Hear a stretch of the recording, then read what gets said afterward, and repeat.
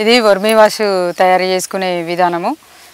ఇది ఎట్లా అంటే 200 లీటర్ల డ్రమ్ము తీసుకొని దాంట్లో 4 ఇంచుల వరకు ఇటుక, ఆ తర్వాత 4 ఇంచుల వరకు కంకర, దానిపైన ఇసుక వేసి ఆ తర్వాత మన చెట్ల ఆకులని వేయడం జరిగింది.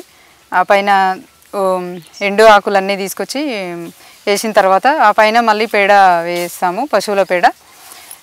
ఇది దీంట్లో మన భూమిలో ఉన్న వానపాములనే వేయడం జరిగింది. ఇలా ఈ విధంగా మనకి ఎలా అంటే ఇది వర్మీ వాష్ అనే తయారవుతుంది. దీనిపైన ఒక కుండ పెట్టి దాంట్లో వాటర్ పోయడం వల్ల దానికి డ్రాప్స్ పెడతాము. దానివల్ల అది మనకు కింది నుంచి వచ్చేస్తుంది.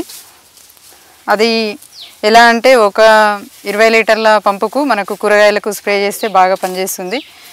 20 లీటర్ల పంపులో మనం 3 లీటర్ల వరకు కలుపుకొని స్ప్రే చేసుకోవచ్చు. ఇది పంటలకు బాగా మంచిగా పనిచేస్తుంది, కూరగాయల పంటలకు. ఇందులో వానపాములు అంటే కూరగాయలకు, ఆకుకూరలకు వేటికైనా దీన్ని స్ప్రే చేసుకోవచ్చు. ఇది బలంగా పనిచేస్తుంది మరియు కొన్ని రకాల పురుగులను కూడా రాకుండా చేస్తుంది.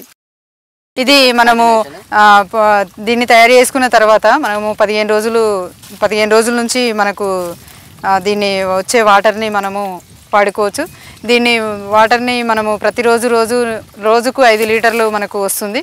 ఈ 5 లీటర్ల దాన్ని ప్రతిరోజు డ్రమ్ములో మనం వేరే డ్రమ్లో నిల్వ చేసుకొని దానిని మళ్ళీ 6 నెలల వరకు పంట పిచికారీ చేసుకోవడానికి అవకాశం ఉంటుంది. దీంట్లో ఆకులు ఇవన్నీ వేసి పెట్టిన తర్వాత 15 రోజుల వరకు పైన వాటర్ వస్తుంది. అది కాకుండా 15 రోజుల తర్వాత వచ్చే వాటరు అది బాగా పనిచేస్తుంది. ఇంకా దానిని మనము 6 నెలల వరకు డ్రమ్ములో పోసుకొని నిల్వ చేసుకుంటే దాన్ని 6 నెలల వరకు పంటలపైన పిచికారీ చేసుకోవచ్చు. అలాగే మళ్ళీ ఇది 3 నెలల తర్వాత దీన్ని తీసేయాలి. ఎట్లా అంటే ఇది మళ్ళీ చాలా మెత్తగా ఎరువుగా తయారవుతుంది. దీనిని కూడా మళ్ళీ మనము చెట్లకు వాడుకోవడానికి అవకాశం ఉంటుంది.